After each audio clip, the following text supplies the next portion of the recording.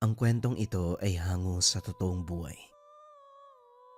Mula ito sa isa nating kabayan na itago na lamang natin sa pangalang Damor. Taong 1989, Cagayan. Kilala ang pamilya ni Don Mariano bilang mayaman sa lugar. Maraming negosyo na minana mula sa mga magulang. Hindi may kakaila ang malawak na impluwensya sa lugar at sa mga karatig bayan. Marunong makipagkapwa-tao kung kaya't maraming kasundo. Bihira lamang na merong kagalit. Kung halos perpekto ang imahe ni Don Mariano, kabaliktaran naman sa anak niyang si Miko. Mula pagkabata makikitaan ng pagkasalbahe. Ngayon na nagkaedad, halos hamunin ang lahat ng makakasalubong sa daan. Marami na itong nabugbog. Hindi lang nakakapagsumbong dahil may ugaling idadamay ang pamilya. Hindi lang ito, maraming pinasok na ilegal, kabilang na ang pagsusugal, pagbili ng hindi lisensyadong armas, pagsuporta sa dealer ng pinagbabawal na gamot. Kaso nga lang, lingid sa kaalaman ni Don Mariano ang ugaling ito ng anak dahil maamo siya kapag sila ang nagkakarap. Wala ring maririnig mula sa mga tao dahil ito sa maigpit na banta ni Miko. Pumapabor naman ang pagkakataon sa kanya dahil na mga panong yun, luluwas ng ibang bansa si Don Mariano sa layong palawakin ang negosyo. Muling tinipon ni Miko ang mga tauhan para utusang maganap na mapaglalaroan.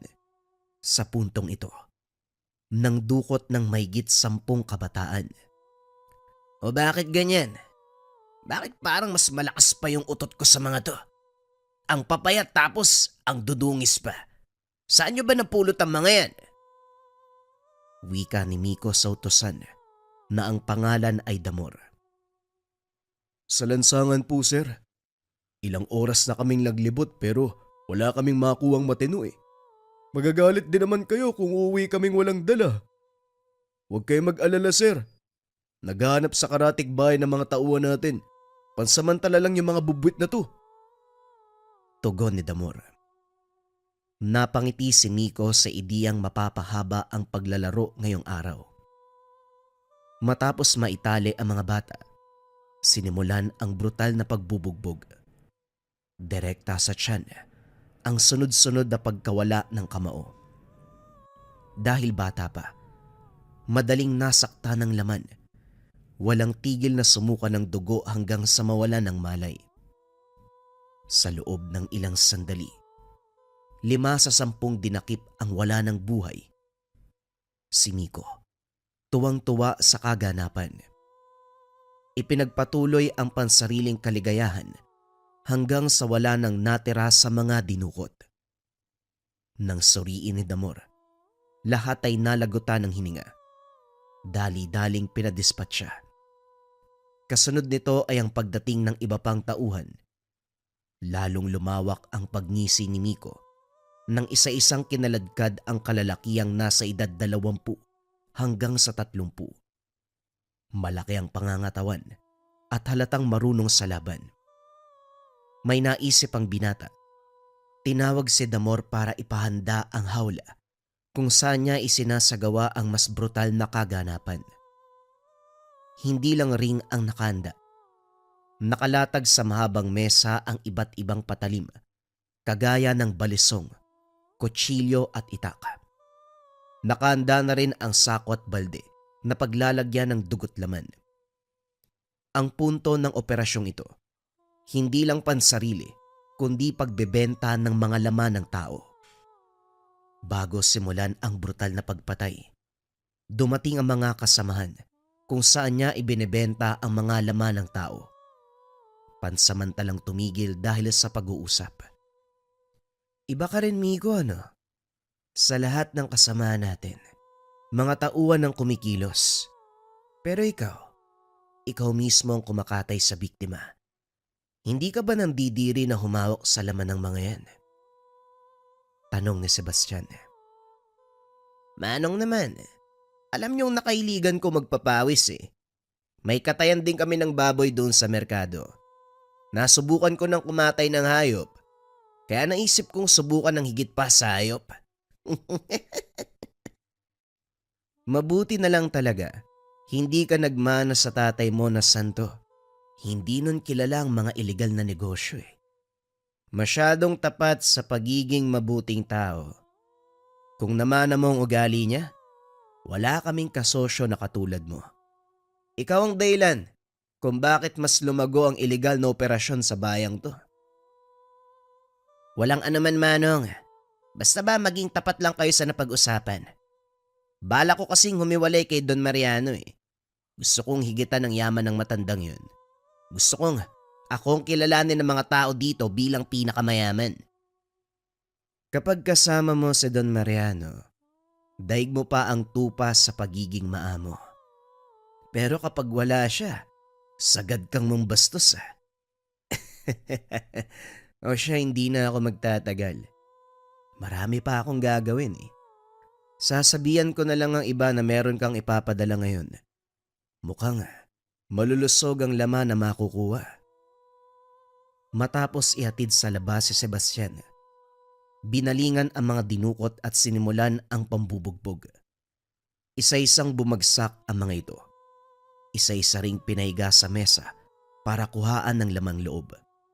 Nang ang pinakahuling lalaki na ang nakaratay, kagad itong nagsalita. Iyo, wag mo sanang pagsisihan ang ginawa mo. Darating ang araw, sisingilin ka sa lahat ng kasalanan mo. Sana lang, handa ka magbayad pagsapit ng takdang oras. Ang lakas naman ng loob mong pagsabihan ako, Manong. Ganyan ba magpaalam ang matatanda kapag nasa bingit na ng kamatayan?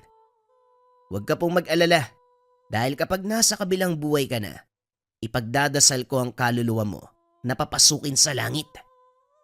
Hindi na nakapagsalita ang biktima, kagad winakwak ang tiyan. Pagkatapos ng lahat, dinala sa tagong organisasyon ang mga laman. Ang bangkay ay tinambak sa malayong kagubatan.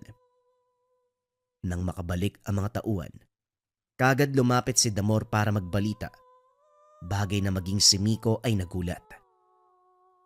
Boss, pasensya na ha, pero parang may mali.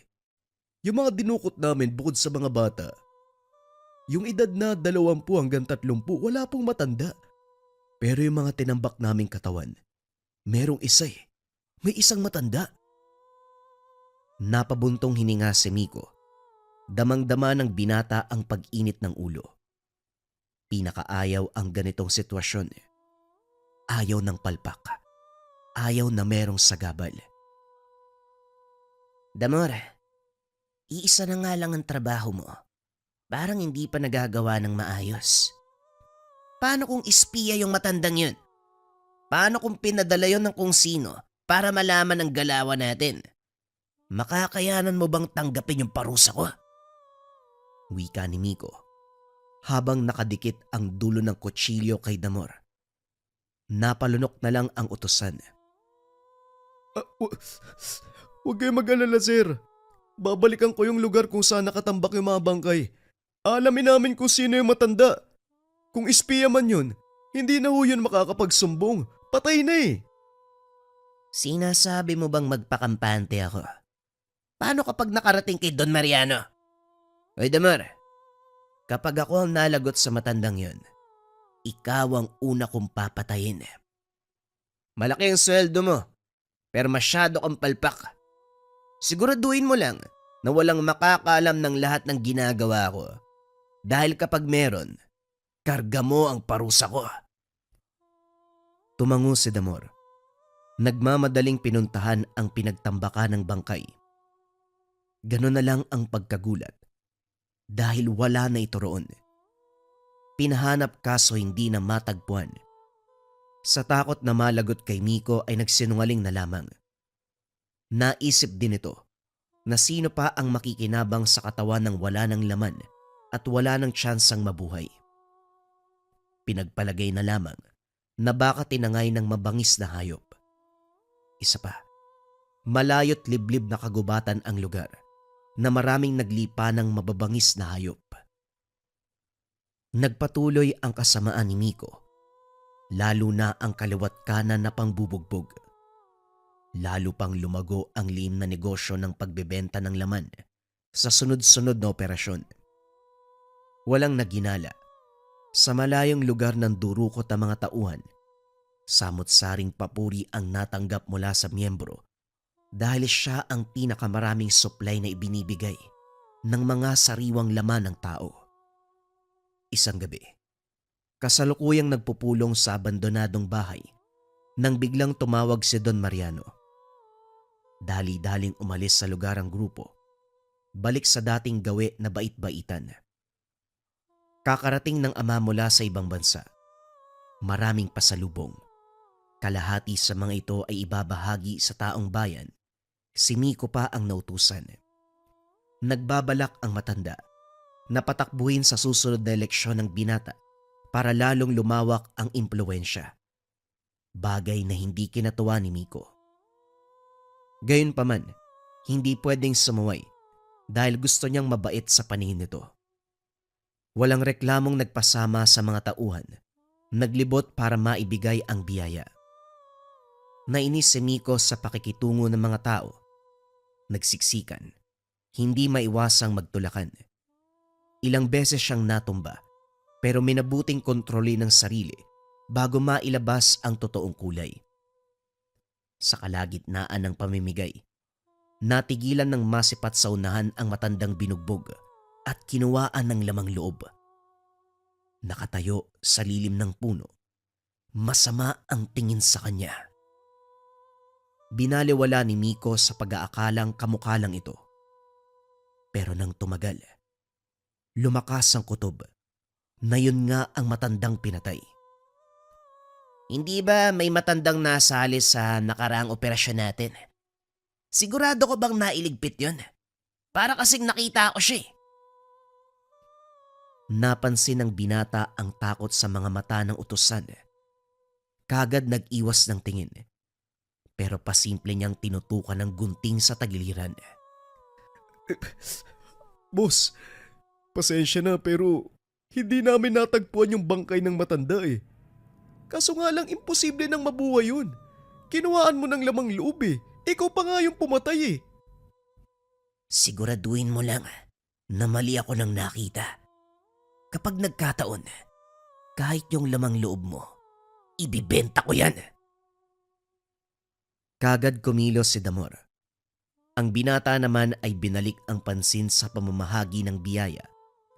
Kaso nga lang kahit saan tumingin, nakikita at nakikita ang matandang si Bueno.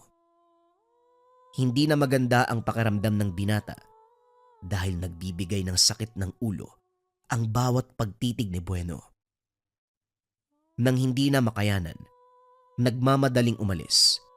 Bago makapasok ng sasakyan, tumambad sa harapan niya ang matanda. Bakit parang gulat ka? Ilang beses na tayong nagkita. Iho, nagtataka ka kung bakit hanggang ngayon buhay pa ako. Ngayon ka lang siguro nakarinig na magagawa pang mabuhay ng tao kahit kinawaan na ng dugo at laman.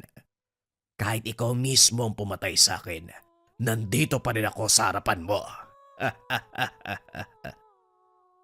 Hoy tanda, sino ka ba ha? Anong klaseng nilalang ka?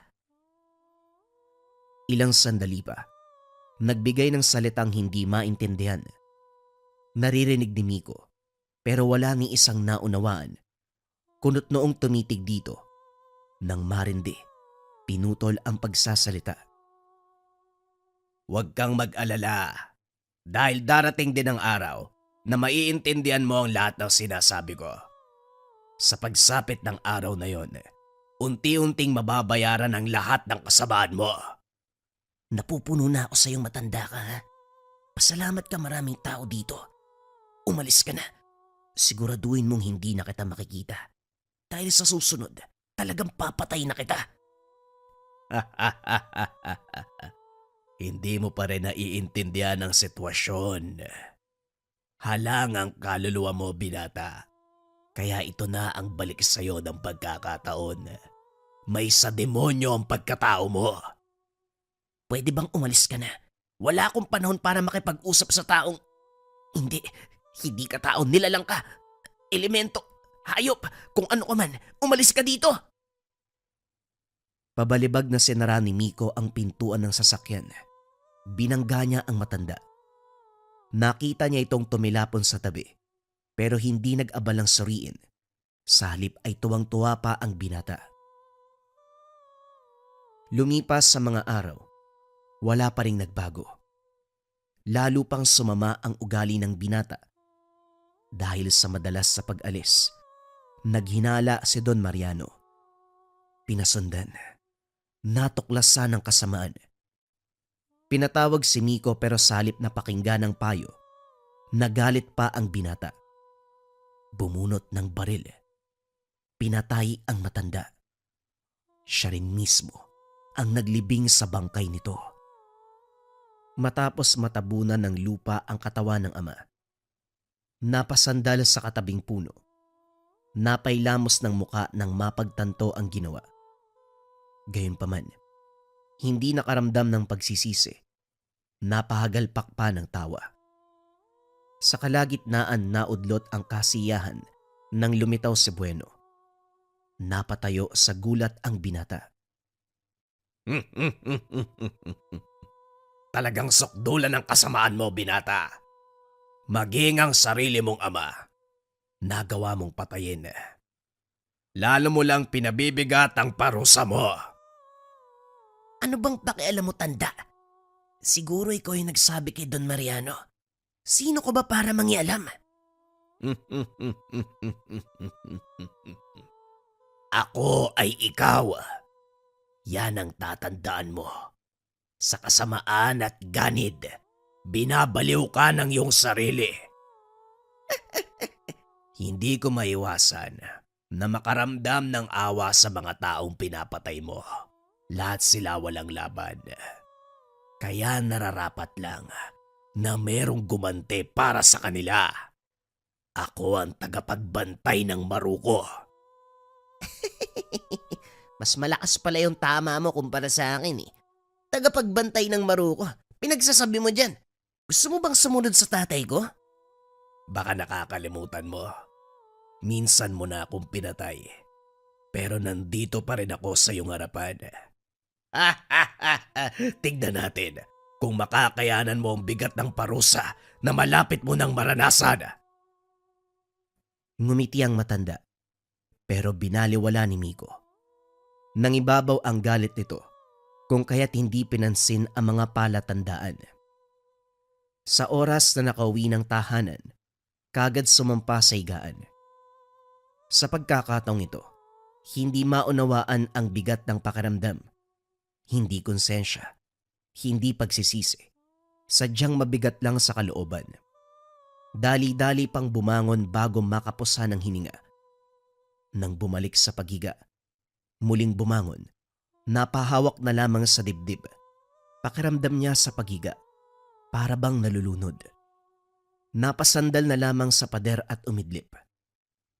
Nagising sa kalagitnaan ng gabi si Miko pero sa puntong iyon, natagpuan ang sarili sa lugar kung saan puro kadiliman. Walang makapa na bagay-bagay, walang anumang ingay.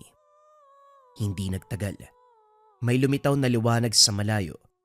Mula sa pagiging maliit, unti-unting lumaki ang malabolang apoy ng mga mata. Nang makalapit, dito malinaw na nakilala ng binata ang dambuhalang halimaw. Kung ikukumpara siya rito, wala sa tuhod ang tangkad. Kung ilalarawan, ang itsura nito ay mukhang elementong dagat. May hahalin tulad sa isang serpente. Pulang-pula ang mga mata. Papalapit ng papalapit kay Miko. Kumusta, demonyong binata? Maligayang pagdating sa bingit ng iyong kamatayan. Huwag kang mag-alala. Hindi mo pa katapusan. Mahabang panahon pa ang pagdudusa mo. Ito na ang simula ng pagbabayad. Huwag mo akong idamay sa kalokohan mo, tanda. Anong lugar ba to? Ilabas mo ko dito. Wala kang karapatang mag-utos. Ito ay balwarte ko na ikaw din mismo ang gumawa. Kahit sa ganitong sitwasyon, umiiral pa rin ang ugali mong gasgas. Mangmang ka ba talaga? O sadyang mahina lang ang utak mo? Kaya hindi mo naiintindihan ang nangyayari. Hindi makasagot si Miko. Nanigas sa kinakatayuan habang umiikot ang serpente. Sa laki ng nilalang, kayang-kaya siyang patayin. Lumayo ka sa akin. Wala akong atraso sa'yo. Wala akong atraso sa'yo para gawin mo yung gantong bagay. Kagaya ng sinabi ko, naaawa ko sa mga taong pinarurusahan mo nang walang dahilan. Kinukuhaan ng laman. Ituring mo itong paghihiganti at paniningil. Tutal sukdula ng kasamaan mo. Sigurado kong handa kang tiisin ang bigat ng parusang ipapataw sa'yo. Ngumisi ang matanda. Samantalang si Miko ay mariing tinakpa ng ilong at bibig upang hindi malanghap ang binubugang hininga ng serpente. Ilang sandali pa, kumaripas ng takbo sa walang hangganang kadiliman nang kumilos ito para habulin siya. Lalong binilisan ng hakbang dahil mabilis siyang maaabutan. Hingal na hingal hanggang sa kinapusan ng hangin ang katawan. Unti-unting bumagsak. Paglapat sa sahig, siya naman ang pagbangon sa realidad. Napabalikwas sa kanahihigaan habang hinahabol ang hininga. Dito naisip na isang bangungot ang eksena. Pero nang sandaling buksan ang bintana para makalanghap ng hangin, napapitlag nang masipat sa unahan si Bueno, masama ang titig sa kanya. Hinagis ang gasera sa bandang kinakatayuan upang maaninag ng babuti. Lalong natakot nang mabungaran sa likod ng matanda ang serpente. Kumuha ng baril, itinutok. Kaso nga lang, biglang nawala sa lugar ang dalawa. Gayunpaman, nagpakawala pa rin siya ng sunod-sunod na putok. Pumasok si Damor para alamin ang nangyayari. Kagad inutusan na libutin ang paligid, hanapin ang matanda at patayin. Sumunod naman ang inutusan, kaso nga lang walang nahanap. Pagsikat ng araw, hindi lumabas ng bahay si Miko. Nagtataka dahil kahit ilang oras na ang dumaan, kinakapusan pa rin ang hininga. Para bang hinahabol ng serpente. Kahit ang hininga nitong nakakalason, paminsan-minsang naaamoy ng binata. Hanggang sa unti-unting namanhid ang katawan. Nawala ng pandinig. Lumabo ang paningin at higit sa lahat, nakalimutan ang pagkatao. Pero hindi ang atraso sa matandang si Bueno. Sa lahat ng naaalala sa buhay, ito ang naiwan. Bigla-bigla ding nakita sa isipan ang wangis ng serpente. Kung minsan may pagkakataon na lumilinaw ang paningin, pero ang tanging nakikita ay si Bueno. Hindi na makatulog sa gabi dahil naririnig ang paghinga ng halimaw. Sa partikular na oras, nagkakaroon ng pangitain kung saan walang katapusang hinahabol ng halimaw. Pagkatapos ay napapabalikwas ng bangon, habol-habol ang hininga. Sa pagdaan ng mga araw, hindi lang ito ang dinanas ni Miko. Nalanta ang lamang loob, naubos din ng lahat ng yaman sa paulit-ulit na paglapit sa doktor. Hindi na rin mabilang kung ilan ang sumuri. Sa dami ay wala ni isang matukoy ang karamdaman. Nang hindi madala sa pamamaraan ng siyensya, dumulong sa panggagamot. Mang Kanor, magkakilala naman tayo eh. Baka pwedeng pagalingin niyo yung amo ko. Babayaran kita kahit magkano, sabihin mo lang. Damor, ilang ulit kong sinuri ang amo mo, pero pasensya ka na. Hindi ko isusugal ang buhay ko para lang isalba ang binatang yan. Hindi ba siya yung balasobas na anak ng negosyanteng si Don Mariano? Nasa na ba yung Don? Napalunok si Damor sa tanong na yun. Inilihis ang usapan, hindi kayang ibulgar ang ginawa ng amo. Mang Kanor, libo-libo ang ibabayad ko sa'yo. Siguro naman sapat na yan para gamitin yung kakayahan mong magpagaling. Nagmamakaawa ako sa inyo, sige na ho! Pinakitaan ng salapi ni Damor ang manggagamot, pero panay lang ang pag-iling nito. Bilhin mo man maging ang kaluluwa ko. Hindi ako makikialam sa sitwasyon ng binatang yan. Ikaw nga rin eh. Dapat hindi ka nananatili sa tabi niyan. Madadamay ka lang, Damor. Mang Kanor, nandito ako para makiusap na pagalingin si Sir Miko, hindi para pagsabihan nyo. Sige na ho! Kahit sinong manggagamot o albularyo ang tanungin mo. Kagaya ko hihindi sila. Damor, wala kang ideya kung anong klaseng nilalang ang nagparusa sa binata.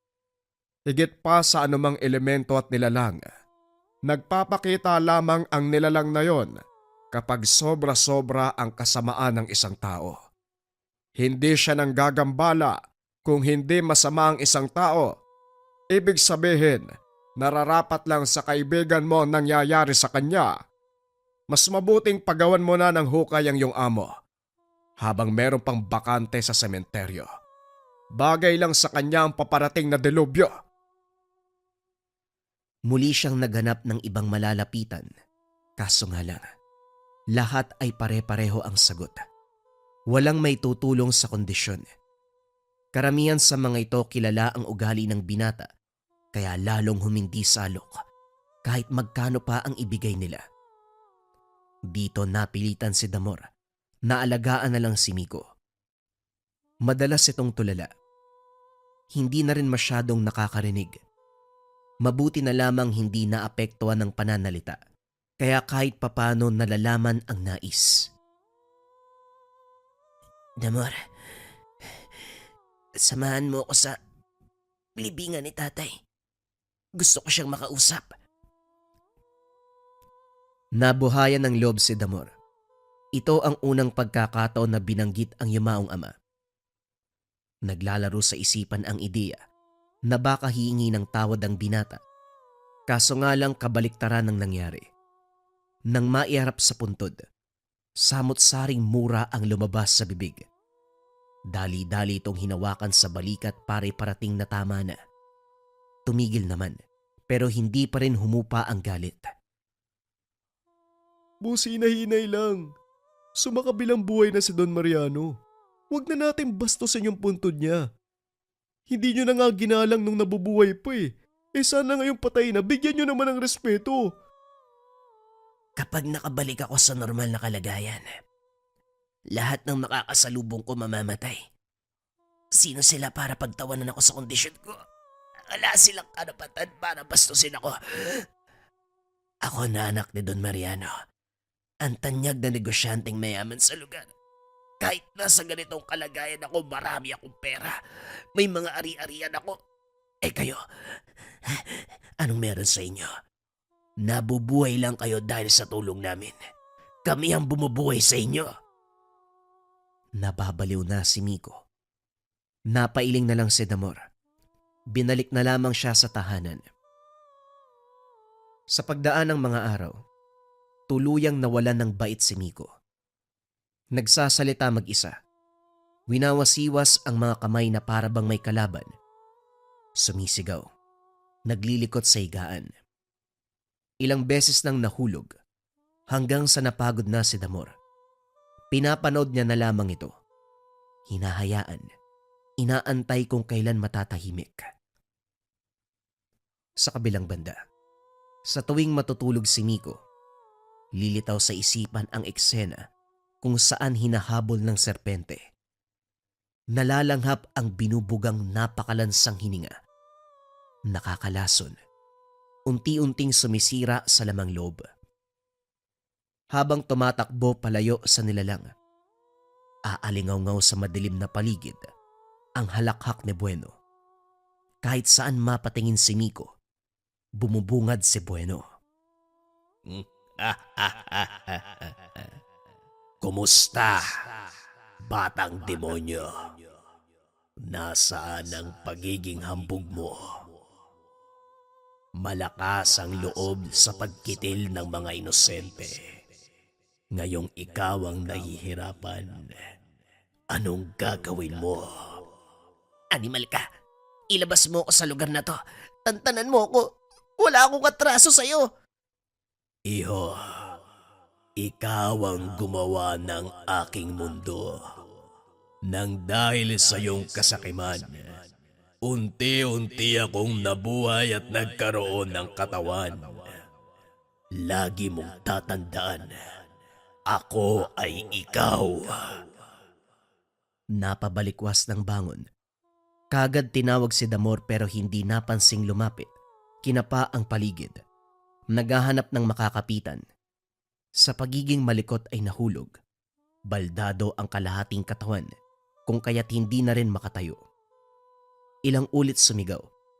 Tinawag ang utusan pero walang sumagot. Dito rin napansin ng binata ang matinding pananakit ng tiyan.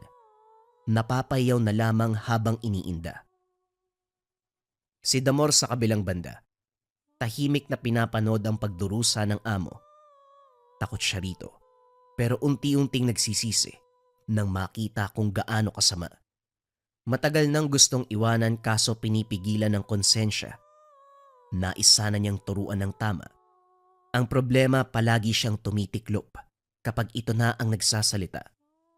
Brutal ang pamamaraan ng binata. Nakakapatay kahit kamao lamang ang gamit. Pinuntahan niya si Miko na nakasandal sa dingding. Hinawakan sa baba at saka inangatang muka. Ang pinakamali kong ginawa sa buhay ko, Yung pagiging utusan mo. masyado kasing nakakalina ang pera. Masyadong malaki. Kung alam ko lang na ganito kakasama, hindi na sana ako sumugal. Pero parang nakaganti na ako. Nakaganti na kami. Kasama ang mga biktima mo. Pati ako, nakalimutan ng pagiging tao sa mga utos na hindi makatarungan. Pagod na ako. Pagod na akong antayin yung kamatayan mo. Huwag kang mag-alala. Bibigyan kita ng maayos na libingan sa tabi ng tatay mo na ikaw mismo ang pumatay. Dinuraan ni Damor ang binata. Sa puntong ito, kumukurap na lamang ang mga mata. Hindi nagtagal, nalagutan ang hininga. Si Damor ang nagukay ng libingan. Hindi na naghanda pa ng kabaong. Binalot ng kumot ang katawan at saka tinabunan ng lupa. Nilinisan na rin niya ang lugar at bumalik sa pinanggalingang probinsya. Bitbit ang tinabing yaman na nakuha sa pamilya ng amo. Ito ang naturingang kabayaran sa mga serbisyo niyang ginawa kahit labag sa kalooban. Baon ni Damor ang masamang karanasan mula sa amo.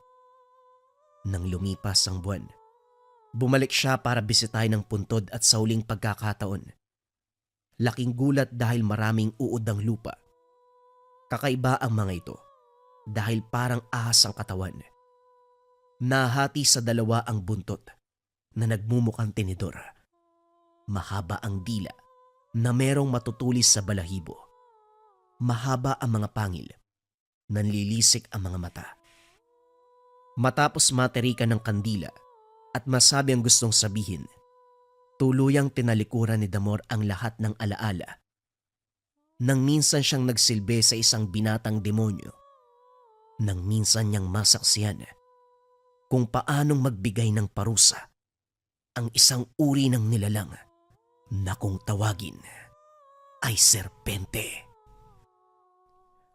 Bagong kwento pa rin ang kasunod mga kabayan, ito ay pumapatungkol sa mataas na uri ng barang. Simulan na ang storya. Ang kwentong ito ay hango sa totoong buhay. Mula ito sa isa nating kabayan na itago na lang natin sa pangalang Dario. Taong 1975. Negros Occidental. Sa paanan ng bundok Palupandan, sa isang gilid ng bayan na hindi pinapasok ng jeep tuwing umuulan. May isang bahay na laging sarado ang bintana kahit terik ang araw. Doon nakatira ang magkapatid na si Aling Impa at Mang Tobit. Mga mambabarang na hindi sikat pero hindi rin malilimutan. Ang bahay nila ay gawa sa pinagtagpi-tagping kahoy, yero at balat ng punong saging na tuyo. Sa harap nito, isang kulungan ng mga itim na manok na para bang may diferensya dahil palaging nanginginig. Ang mga tao sa baryo ay may kanya-kanyang opinyon tungkol sa dalawa. May nagsasabing si Aling Impa raw, minsang sinapian ng usok ng insenso, nakipagkulitan sa 7 kaluluwang hindi matahimik. Si Mang Tobit naman, ayon sa ilang matatanda, minsang nakitang nagsusugal ng sungka laban sa isang duwende at nanalo pa raw ng bote ng alak. May nagsasabi din, isang sulyap lang daw mula kay Impa pwedeng magpatigil ng sipon ng sanggol. Habang ang boses ni Tobit kayang bumuhay ng patay na hayop. Pero sa kabila ng takot ng ilan at tsismis ng iba, hindi sila nananakit ng walang dahilan. May sariling mundo. Simple, tahimik, at puno ng amoy ng insenso kasama pa ang pinatuyong alkitran. Doon lumaki si Dario, isang batang lalaki na inampun nila mula sa nasunog na sitio ng Bangkal. Walang kaanak, walang dokumento, at walang kahit anong hudyat na siya ang may dala ng kababalagan. Si Dario ay ordinaryo, halos katahimikan ang buong pagkatao. Maamo ang muka, madalas tulala at hindi marunong tumawa ng malakas. Sa loob ng bahay ng 2 mambabarang, siya ang tagapunas ng sahig, tagaalaga ng manok, tagatikim ng tinolang may kulubot na dahon. Habang nagkakalkal si Impa ng dahon ng alagaw sa ilalim ng lamesa, sumigaw siya habang nakaluhod. Aba Dario, kung saan-saan ka naman tumitingin. Salip na punasan mo ang sahig, pinupunasan mo yung paa ng bangkay. Hoy, nandito ang walis oh! Napahawak sa batok si Dario. Hindi kagad nakapagsalita. Naku, akala ko po, paa ko eh. Ay sos, yung mata mo, may diferensya. O baka may multo sa likod mo. Tignan mo nga kung pinagpapawisan ng kilikili mo sa takot. Umiling si Dario. Hindi siya nagtampo. Sanay siya sa ganong biro. Sa bahay na yon, ganyan talaga ang pagmamahal. Wala masyadong pangyayari sa kanilang lugar. Maliban na lamang kung pista o may nalunod sa ilog. Pero sa linggong yon, may kakaiba. May bagong lipat. Isang pamilya daw mula sa Maynila. Isang ina, isang ama at isang dalagitang babae. Nanirahan sila sa lumang bahay ng Del Rosario. Bahay na 5 taon nang walang tumitira dahil sa balitang may kung anong ingay na naririnig tuwing gabi. Ang unang araw ay tahimik. Nakita lang ni Dario ang batang babae na may dalang basket ng kamote. Nagkatinginan sila. Napatigil ang dalaga. Ngumiti ng mahinhin. Pero hindi normal ang pakiramdam ni Dario. Parang may malamig na hangin na sumingit sa batok niya kahit paterik ang araw. Kinagabihan, habang naglalaga si Mang Tobit ng halamang may amoy ng medyas, nagsalita ito habang nakatingin sa apoy. Iba ang amoy ng hangin. Ewan ko sa'yo, Tobit. Baka hindi hangin yan. Baka yung paa mong hindi nilaban kahapon. Hindi ganito ang amoy kong pawis lang. May kasamang laway. Napalingon si Dario sa labas ng bintana. May aninong dumaan. Pero nang silipin niya ay biglang nawala. Tanging mga dahon ng saging ang kumakaway sa paligid. Lumipas ang ilang araw. Lalong naging palasunod si Dario sa bahay. Pero sa labas, tila may kung anong bumubulong sa paligid. May isang pagkakataon, habang naglalakad siya pauwi galing sa paghahanap ng damo para sa kalabaw ni Mang Unding, may narinig siyang halakhak. Uy, binata. Saan ka galing? Meron ka pang dalang damo. Tumigil siya. Ang babae ay may puting bestida. Nakaupo sa batuhan. Si Lorlin, ang bagong lipat. Para po to sa kalabaw. Matalinong bata pala to. Marunong sumagot. Mula sa likod ng punong kahoy, lumitaw ang lalaking halos kasing taas ng pintuan. Madilim ang muka. Ngumiti lang si Dario at tumungo. Umalis kagad. Mabigat ang pakiramdam. Pagkauwi niya, nakita siya ni Aling Impa na parang lantang gulay. Oh, Dario, para kang nilukob ng kung ano dahil sa takot ah. Anong siningot mo sa daan? Nay, may nakita po akong 3. Anong 3? Babae, lalaki at kalabaw. Hindi po. Bago pong lipat. Tumigil si Aling Impa sa ginagawa. Napatingin kay Tobit. Walang sinabi pero nagkaintindihan na sila. Kinabukasan may mga manok na nawawala. May itlog na nabasag. Isang baboy ang may sugat sa leg.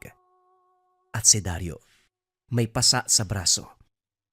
Hindi niya alam kung paanong nagkaroon. Basta pagising niya ay masakit na.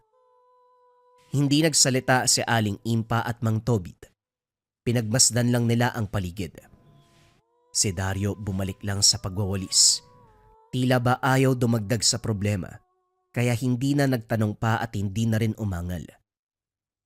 Pero nang makita na nilagyan ng uod ang kanyang tanghalian habang hindi siya nakatingin at nakita si Charo na palihim na tumatawa, doon na kumulo ang dugo ni Mang Tobit. Aba, Judas, uod sa kanin. Akala ko pa naman pasas. Pairam nga ng itak. Bubunutan ko ng buhok yung batang yan. Pati anit isasama ko. Huwag na po. Hindi naman po ako nagugutom eh. Ngumiti siya ng pilit. Pero nakita nila Aling Impa na mabigat ang loob ng binata. Hindi gutom ang problema, kundi galit na hindi niya alam kung paano ilalabas. Nang gabing yun, habang nililinis ni Tobit ang kanyang lumang almires na gawa sa buto ng kalabaw, nagsalita si Aling Impa. Hindi ko siya pinalaki para duraan ng ahas. Aba, hindi rin ako nagtanim ng pasensya para lang balewalain. Anong gusto mong gawin, Tobit? Turuan natin ng leksyon. Maganda ka ng tawas at ng asin mula sa likod ng simbahan. Bukas, may leksyon na kailangang matutunan. Habang sa labas ang buwan ay bilog at ang bahay ng bagong lipat ay tila nababalot ng usok na amoy lansa. Simula nang makasalubong ni Dario ang pamilyang bagong lipat, nagsimula na ring gumulo ang mga gabi sa bahay nila. Hindi na alam kung guni-guni lang ba o talagang may malamig na presensya sumusunod sa kanya sa bawat paghakbang. Isang beses, habang naglalakad mula sa gilid ng palayan, may narinig siyang halakhak ng bata, ngunit wala namang tao sa paligid. Napalunok na lang siya. Nilakasan ng loob pero paglingon. May bakas ng paa sa putik. Nakapaikot sa kinakatayuan niya. Hindi naman sa kanya ang hugis at hindi rin ito galing sa tsinelas. Pagkauwi, nakita ni Aling Impa ang basang likod ng damit ni Dario.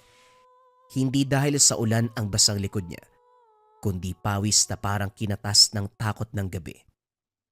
Nilapitan nito ni Tobit. Sinipat ang batok at hinimas ang balikat. Dati kapag matutulog ka, tulog ka talaga. Pero ngayon parang may kinakatakutan. May nakita ka ba? Umiling si Dario, pero hindi makubli ang panginginig ng kamay. Hindi may paliwanag kung bakit, pero bawat tingin sa bintana ay parang may mata na nakatingin sa kanya. Hindi ito takot lang. May halong awa. May halong inis. at may pait na hindi niya alam kung para kanino.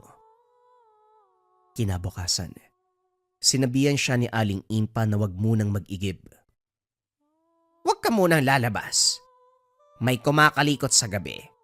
Hindi ganyan ang hangin kapag malinis ang paligid. Kaso nga lang sadyang likas ang kabaitan ni Dario.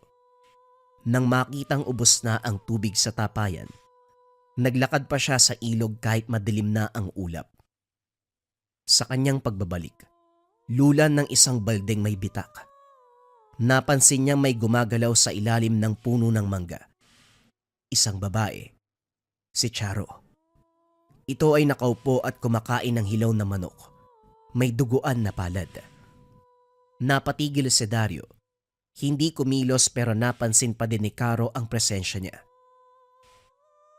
Ang lamig ng gabi, no? Oo nga eh. Gusto mo tumikim? Itinapat nito ang balat ng manok na may bahid ng dugo. Parang ginupit lang mula sa buhay na nilalang. Hindi po ako gutom. Pasensya na. Eh di sayang naman kung ganun. Tumindig si Caro. Mabagal ang bawat hakbang. Habang lumalapit, napansin ni Dario na ang anino sa likuran nito parang may buntot. Hindi alam ni Dario kung pinaglalaroan lang siya ng isipan. Pagbalik ni Dario sa bahay, basang-basa siya ng pawis at halatang kinakabahan. Tahimik lang siya ngunit makalipas ang 3 araw. Nagsimula na siyang madalas masuka. Palagi may pamamanhid sa mga daliri at sa tuwing madadaanan siya ni Laureen sa kalsada, bigla na lang sumisirit ang init sa batok niya na parabang nilalagnat na hindi maintindihan. Isang hapon, habang abala si Mang Tobit sa pagsala ng pinulbos na pusod ng buwaya, napatingin siya kay Dario na sunod-sunod ang ubo. Hindi ito karaniwang ubo. Parang may nakasabit sa lalamunan. Parang may gumugulo sa loob na ayaw lumabas. Aba, baka hindi na ubo yan. Baka may kasamang balahibo. Hindi na rin ako magtataka kung isang araw magsukayan ng buntot ng ahas. O itlog ng bayawak na may hikaw. Huwag mong tuksohin, Tobit. Baka hindi na biro yung sinasabi mo. Gabi ng mga sandaling ito, hinihigop ni Dario ang mainit na sabaw na may ugat ng nyug. Biglang may narinig na tunog mula sa bubong. Sunod-sunod at mabigat. Imbis na mataranta, tumindig si Aling Impa. Dinampot ang sandok na parang armas. Kung hindi ka hayop, siguraduhin mong handa ka sa gagawin mo. Wika ni Aling Impa. Hinampas niya ang kisame. May pumutok na parang nahulog. Pagsilip nila sa labas, may aninong tumakbo papalayo. Mabilis at madulas ang galaw. Nang mga sumunod na araw, lalong naging masinsinan ang mga kaganapan. Nawawala ang asin sa taguan. May langgam sa loob ng garapon ng luya. As si Dario isang umaga, nagsuka ng itim na likido na amoy sunog na buhok. Hindi na biro to. Panahon na para turuan. Turuan po ng ano? Turuan kang gumante. Nagulat si Dario. Hindi dahil sa galit, kundi dahil hindi niya inakalang papayagan siya ng dalawa na sumubok. Kahit minsan. Hindi siya tinuruan ni Aling Impa o ni Mang Tobit ng kahit anong simpleng bulong. Akala niya, tagapunas lang siya habang buhay. Ayoko nang magtimpe. Gusto ko nang gumante. Yun na nga mismo ang gagawin natin. Magpaparamdam tayo ng galit. Kinagabihan, sinimula ng pagtuturo sa kanya. Naroon sila sa kusina. May kape sa isang tabi at may tutong na palayok na naiwan sa kalan. Pinatalikod nila si Dario at saka ibinigay ang palaspas na pinatuyo ng mahabang panahon. Inilagay sa bibig niya ang asin tapos tinapik sa batok na parang siniselyuan. Bukas lalakad ka sa dilim. Kikilalanin mo kung sino ang dapat nakatapat. Hindi kagad sumagot si Dario. Pero sa loob niya, naramdamang totoo ang sinasabi ni Mang Tobit. Buo na ang kalooban. Hindi ito dahil sa galit na isinisigaw, kundi sa galit na matagal nang kinimkim. Kinabukasan hindi siya ginising. Sa halip pinatulog siya ng mas mahaba. Gusto ni Aling Impa at Tobit na buo ang lakas niya. Pero habang nakaiga siya sa banig, hindi rin siya matahimik. Paulit-ulit sa isipan niya ang mga nangyari. Ang pagtawa ni Charo, ang panlilibak ni Lorin, ang mga sulyap na parang kutsilyong humihiwa sa likod niya. Habang nag-aalmusal, inabot ni Aling Impa ang isang bungkos ng tuyong dahon ng sambong. Ibulsa mo yan. Maaari mong magamit yan. Maraming salamat po. Hindi siya sanay sa ganong mga salita. Dahil ang karaniwan, puro pangaasar lamang ang binibitawan sa kanya. Pero ngayon bawat salita ay may bigat at merong laman. Pagdating ng dapit hapon, pinapunta siya ni Tobit sa gilid ng masukal na bahagi ng kagubatan, malapit sa ilog. May dala itong maliit na lata na may lamang itim na langis. Ipahid mo sa likod ng tenga. Baka mamaya may kung anong pumasok sa isipan mo. Guluhin ka. Kapag meron ka ng bagay na yan, may panangga ka kahit papano. Maingat na ginawa ni Dario ang bilin. Sumilip siya sa refleksyon ng tubig. Halos hindi niya makilala ang sarili. Ang dating tahimik na mata. Mabigat na ang tingin. Sa kanyang paanan, may inukit sa lupa si Mang Tobit. Hugis bilog. Naroon din ang hugis na parang palong at bakas ng kamay. Nakaayos na parang bituin. Diyan ka tatayo bago ka tumuloy. Isa lang ang tanong. Sigurado ka na ba? Wika ni Mang Tobit. Nang lumalim na ang gabi, nagsimula na siyang maglakad. Bit-bit ang isang lalagyan. Ang maliit na itak at ang sinulid na kulay pula. Walang ilaw, walang kasama. Tinahak niya ang daanan papunta sa likod ng bahay ng mga bagong lipat. Doon unang nagpakita ang mga anino. Doon unang lumitaw si Charo habang ngumangat-ngat ng hilaw na manok. At si Amang Sido na nakadapa sa bubong. Habang naglalakad, narinig niya ang langit-ngit ng mga sanga. May umaaligid sa mga dahon at may kumakaluskos pero hindi siya bumilis. Hindi rin tumigil. Ang bawat hakbang niya ay parang balanse ang buong katawan sa pagitan ng takot at galit. Pagdating sa harapan ng lumang bahay, naroon kagad si Charo. Nakaupo pa ito at ngumiti sa kanya. Ayos ah. Nagdala pa ng laruan. Wika ni Charo. Ang tinutukoy nito ay ang itak. Hindi to laruan. Tama ka naman. Ikaw ang laruan. Dahan-dahang gumalaw si Charo. Sa bawat hakbang niya ay parang lumalalim ang lupa. Hindi na siya mukhang bata. Maputla ang balat. Mahaba ang mga kuko. Ang mga mata, singbangis na parang hayop. Huwag ka nang magpanggap. Alam namin na hindi mo to kakayanin. Tama ka naman. Noon wala akong lakas ng loob eh. Pero ngayon, dahil sa ginawa niyo, nag-iba ang ugali ko. Bigla siyang umatras ng isang hakbang at may binunot sa supot. Kumalat sa hangin ang usok mula sa tuyong palaspas at balat ng ahas. Nasinghot ito ni Charo. Ano?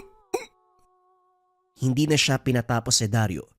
Itinaas niya ang itak pero hindi para manaksak, kundi para ipagtanggol ang sarili.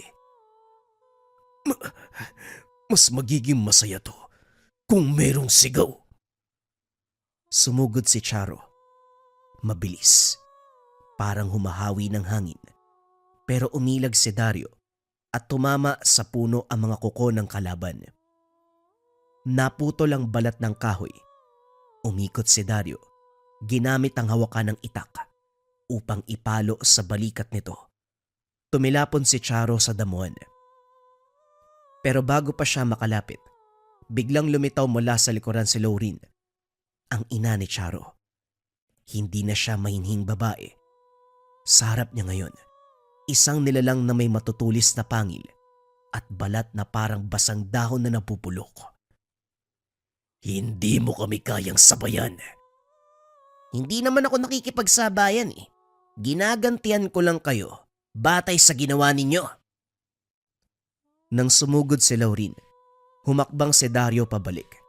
Pero bago siya matamaan, may sumirit na abo sa hangin. Aba sandali. Ang usapan, kami lang ang mananakit sa bata. Lumabas mula sa likuran ng punong mangga si Aling Impa at Mang Tobit. Hawak ni Impa ang palaspas, habang si Mang Tobit may garapo na puno ng langis. Isang maling galaw nyo lang. Alam nyo na kung anong mangyayari. Hindi na lumapit ang dalawa. Nasa gilid lang sila at nagmasid. Pinagmamasdan kung ano ang sunod na gagawin ni Dario. Tandaan mo, Dario. Gawin mo yan para sa iyong sarili. Tumango si Dario habang hawak ang itak. Nanginginig ang braso, pero buo ang paninindigan. Darating ang panahon, magiging katulad ka namin. Isang hayop. Kung sakaling maging magkagaya tayo, huwag kang mag-alala dahil hindi ko gagayahin yung ugali ninyo. Lumapit si Dario pero hindi para manakit. Naglagay ng hangganan sa pagitan nila. Isang guhit sa lupa gamit ang dulo ng itak. Isang linya na magsasabing hanggang dito lang kayo. Hindi pa tayo tapos. Tama ka, hindi pa nga. Kaya mag-iingat kayo. Dahil baka sa susunod, ako na ang susugod. Sa kalagitnaan ng gabi, nakatayo si Dario sa kabilang linya na siya mismo ang gumuhit. Sa harapan niya ay si Charo at Laureen. Parehong sugatan pero hindi sumusuko. Sa likod niya, naroon si Aling Impa at Mang Tobit. Tahimik na nagmamasid. Ang hangin ay mabigat at ang mga dahon ng saging sa paligid hindi na kumikilos na para bang ang mismong kalikasan nakikiusyoso. Lumapit si Amang Sido. Tahimik. Walang ingay sa mga yapak. Wala rin sa anyo nito ang pagmamadali. Kalmado lamang, pero nakakatindig balahibo ang bawat kilos. Bitbit nito ang isang pangil na parang gawa sa ginto. Kiniskis gamit ang sariling dila. Nakakayanan mo lang ang bagay na ito dahil merong nagbabantay. Bakit hindi mo ako subukan? Pumikit si Dario. Huminga ng malalim. Inalala ang mga itinuro ni Aling Impa at Mang Tobit. Ang pagkilala sa hangin, ang pagbabasa ng ingay, ang pagtimbang ng kilos, hanggang sa kinuha ang munting bato. Kulay abo at medyo mabigat. Yan na naman kayo sa mga laruan nyo. Laruan. Ang lumang bato na galing sa balon sa likod ng simbahan.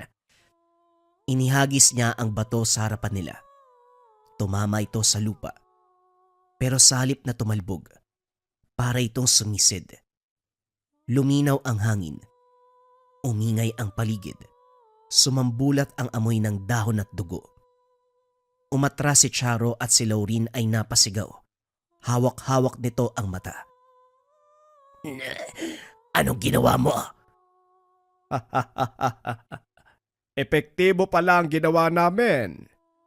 Sa gitna ng kaguluhan, tumayo sa harapan ni Dario si Amang Sido. Kung talagang kaya mong sumabay, patunayan mong hindi ka takot sa sagot. Anong klaseng sagot ba ang hinahanap mo? Isa ka sa amin. Kabilang ka sa amin. Lumapit si Aling Impa. Inakbayan si Dario. Kahit ano pa ang pinanggalingan niya, Wala kaming pakialam. Ang alam namin, dito siya lumaki. Kaya pamilya namin siya at hindi sa inyo. Kahit pagaling yan sa itlog ng ulupong, basta sa amin lumaki, wala kayong karapatan angkinin. Ano man ang gawin nyo, sa dulo, babalik pa rin siya sa pinagmulan niya. May punto ka naman. Pero hindi ibig sabihin nun, susunod ako sa gusto nyo.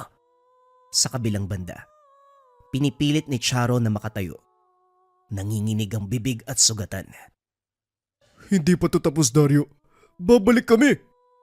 Sige lang. Alam ko, At kapag bumalik kami, mas malakas na kayo. May dala kayong ibang mga bagay.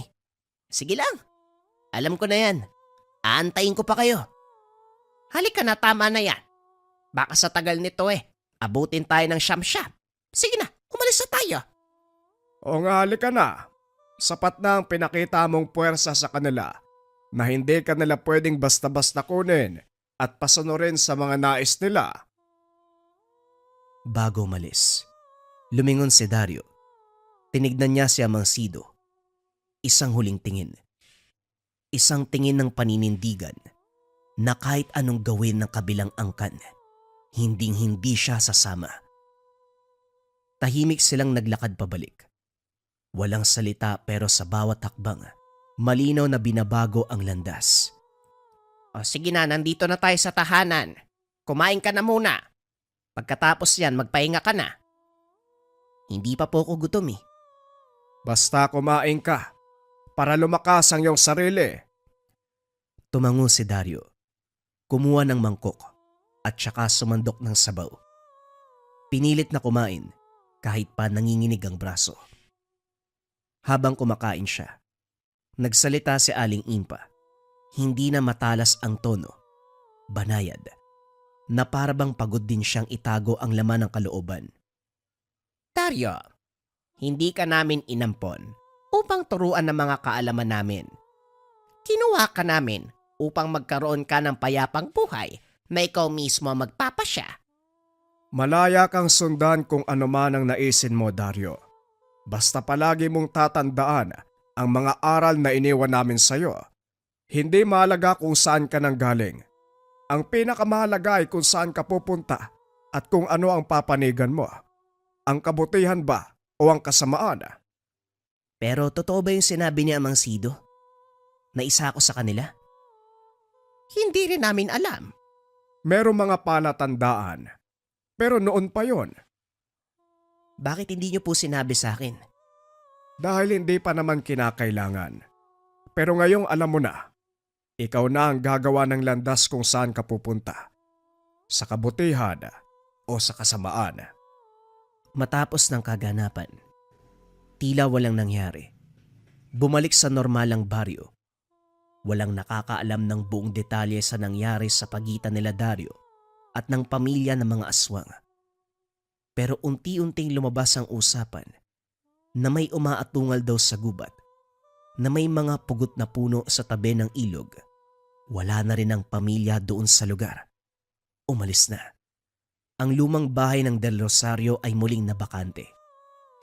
At si Dario, makikitang madalas na nakaupo sa harap ng bahay.